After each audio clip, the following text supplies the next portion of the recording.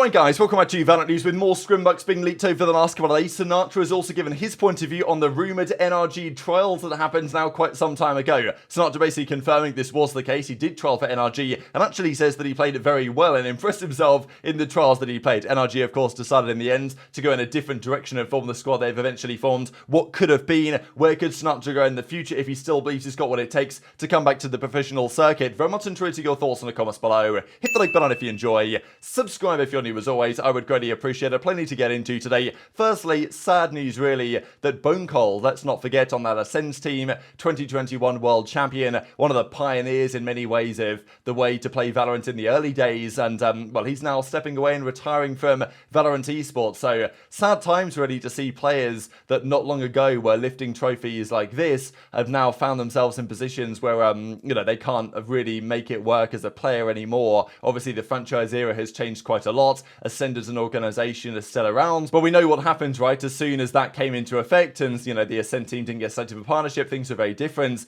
and obviously it's affected those guys' careers in different ways. So, you know, wishing the best, of course, for Bonecol going forwards. I did also want to mention this. So Sliggy came out with his analysis on what he would like to see as an ideal type of VCT season, and this is pretty damn good. Compared to what we actually have, this is significantly better, and I think that it's worth just analysing what his perception here is. Now, I would also say maybe even another Masters event I would be down for, but you know, this is how he's got it pictured out, and I think it makes so much more sense than what we presently have. So really, middle of January, do a stage where this is full round robin, like every team plays every team. On some weeks there's like super weeks where people play a lot of matches, but over the course of the several weeks of the stage one, every team will play against every other team, single round robin, and that makes the most sense. That then qualifies you around the world into the Masters tournament. Of course, he's doing this analysis for 2025, which kind of implies that there'll be 12 teams. That's the way that he's kind of put this together here. But that then qualifies you to the first Masters.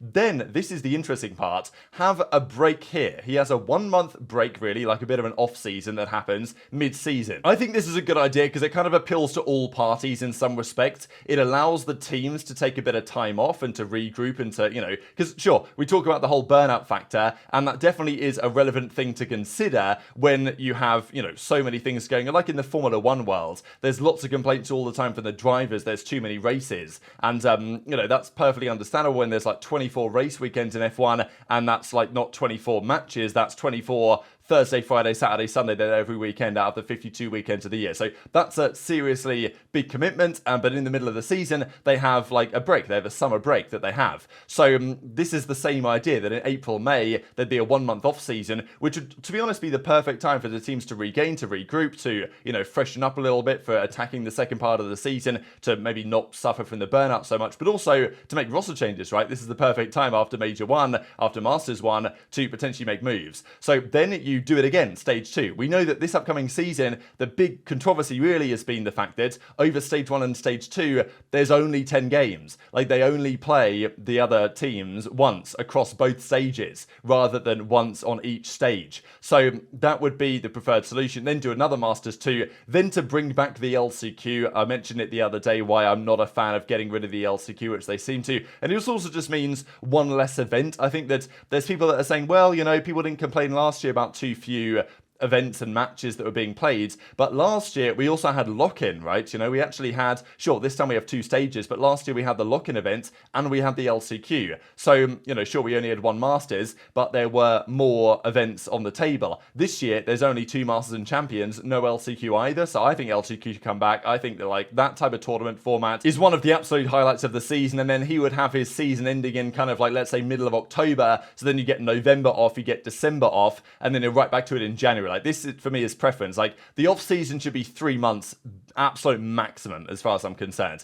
2.5, 3 months with off season tournaments, third party tournaments. Teams can form their rosters for the new year, regroup, regain, go again in January. That's how I think it should be. 6 months, like, yeah, let's try not to do that again. So this is his preference and his idea. There's a few things I might change around and try and, you know, improve, but I still think that it's much better than what we currently have. So we'll see if Riot's listen or whether they can even listen, because the general feeling at the moment is that Riot have to balance Valorant with League of Legends. regions and the arenas they have. They don't want to cannibalize the viewership from both of their respective esports, and it's probably limiting both esports in some sense in terms of what they can achieve at the moment. So we'll see if there's any announcement soon from Leo or the team on whether they've considered the community reaction, shall we say, to the announcements over the last couple of days. Even Som isn't happy that Haven is gone, right? He wants it back, and we've seen some reaction to, for example, Breeze getting the changes that we saw just yesterday. This also from FNS. I know that people were reading into this that FNS has joined a team.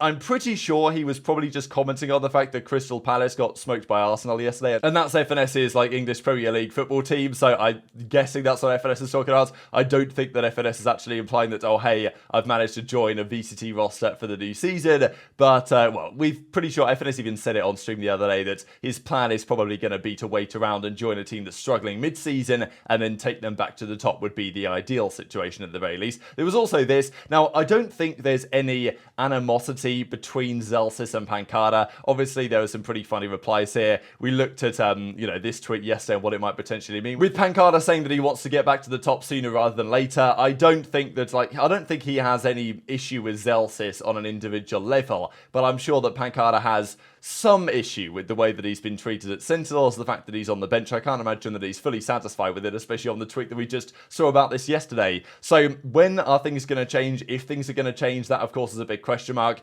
Could Pancada return to the Sentinels starting lineup if things went badly wrong? Sure, and maybe that's what Pancada's thinking about for the moment, but also of course there's the possibility of going elsewhere. However, we do have quite the set of Scrimbux to dive into for you guys today, such as this from Sentinels. So they were playing EG in a scrim. Now, I believe these scrims are from a couple of days ago. I'm not actually sure if Sassy is out in the States yet. I think that he is, at least he should be, but I'm not sure that he was then, and also Tens has been unwell. So couple of grains of salt to take with this one, but still, it's EG, their new team, 16-7 against Sentinels. So, I think that's pretty impressive from Evil Geniuses. There was also this spotted when NRG down 14-6 to a Proto team. Not exactly sure what a Proto, who a Proto is with at the moment, but that is nonetheless kind of interesting, right? This Challenger's team, NRG down 14-6. I think you'll tend to find that teams that are just being formed or are formed relatively recently, such as EG, will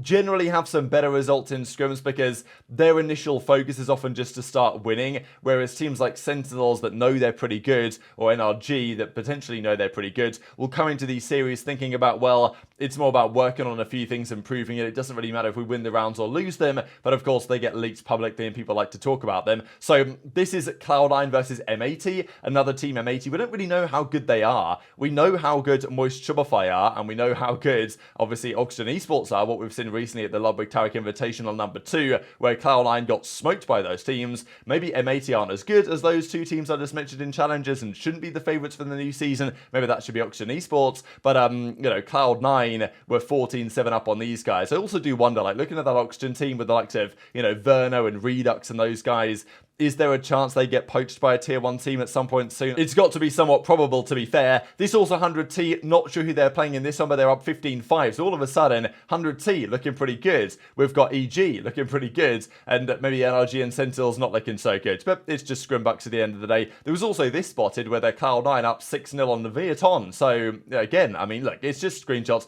I don't really want to comment on them too much. I just thought I'd share them, what were going around last night. And again, Lev down 11-5 to EG. So maybe there is a bit of a trend here that Superman, Nature, Derek, and I think it's going to be Apoth is the rumoured player to round out the EG roster, if it's even actually going to be EG, because let's not forget there have been rumours that the spot is going to be gone, FlyQuest are going to come through, and as Ten said the other day, he has been unwell, so maybe that contributes to some degree to why Sentinels haven't been looking so hot. But maybe NRG's roster actually isn't going to be as good as you might predict it to be if, well, this man on the right hand side here, Sinatraa, could have come into play. This was kind of leaked by Marved and by Chet the other day when Marved was commenting on the players they tried, and Chet said, oh, don't mention that guy, and he was like, oh yeah, I know what guy you mean, and then there were rumours going around that actually it was Sinatraa that had trialled with NRG when they were considering options, kind of, before they got the Ethan Demon 1 situation locked down, they trialled out Sinatraa among other players. Now, NRG never made this public information, but it was kind of known behind the scenes this was the case, and actually Sinatraa confirms on stream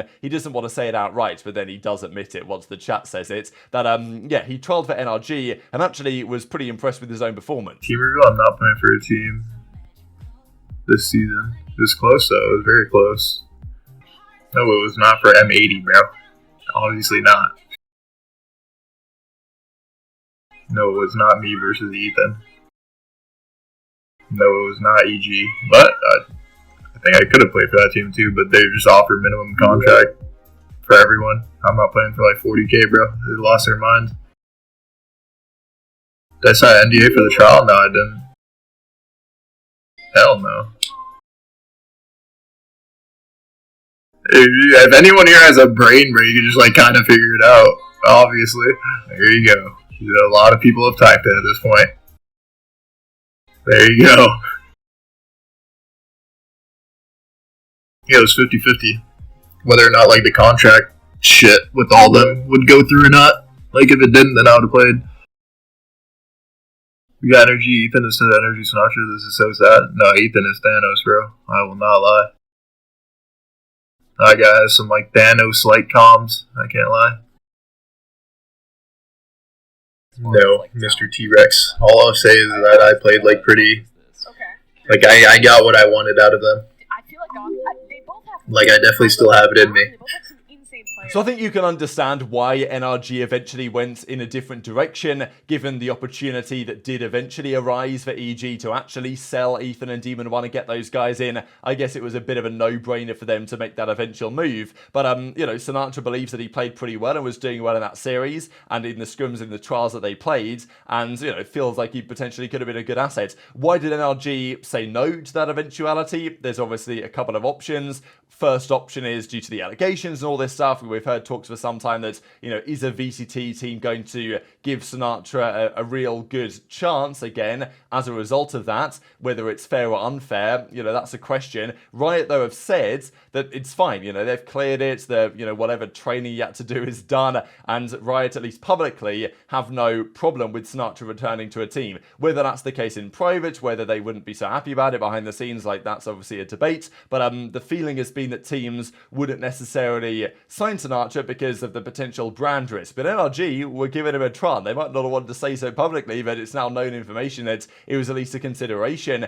And I imagine the main reason why they've kind of gone a different direction is just because Ethan Demon 1, more proven quantities in recent time, literally world champions. And when the opportunity was available to get those guys, sure, bring those guys in. It makes a perfect amount of sense. But yeah, we'll have to see whether the opportunity arises for Sinatraa going forwards, because as he seems to say, you don't want to play for EG, who are paying minimum salaries, right? And that was very clear to him that there's no point in him returning to the league if he's going to just get paid a minimum. He can make more than that streaming, absolutely, but he would want to play again on a decent team with decent opportunities. And yeah, maybe he reckons that he's been playing pretty well and the opportunity might arise to do even better in the future if somebody comes knocking to potentially sign him. So we'll see how that goes, but clearly the intention might still be there to return, and Sinatraa still thinks he's got the possibility in the arsenal. So very much intrigued to your thoughts on all this stuff in the comment section below. Hit the like button if you enjoyed, subscribe if you're new, take care, and I'll see you next time.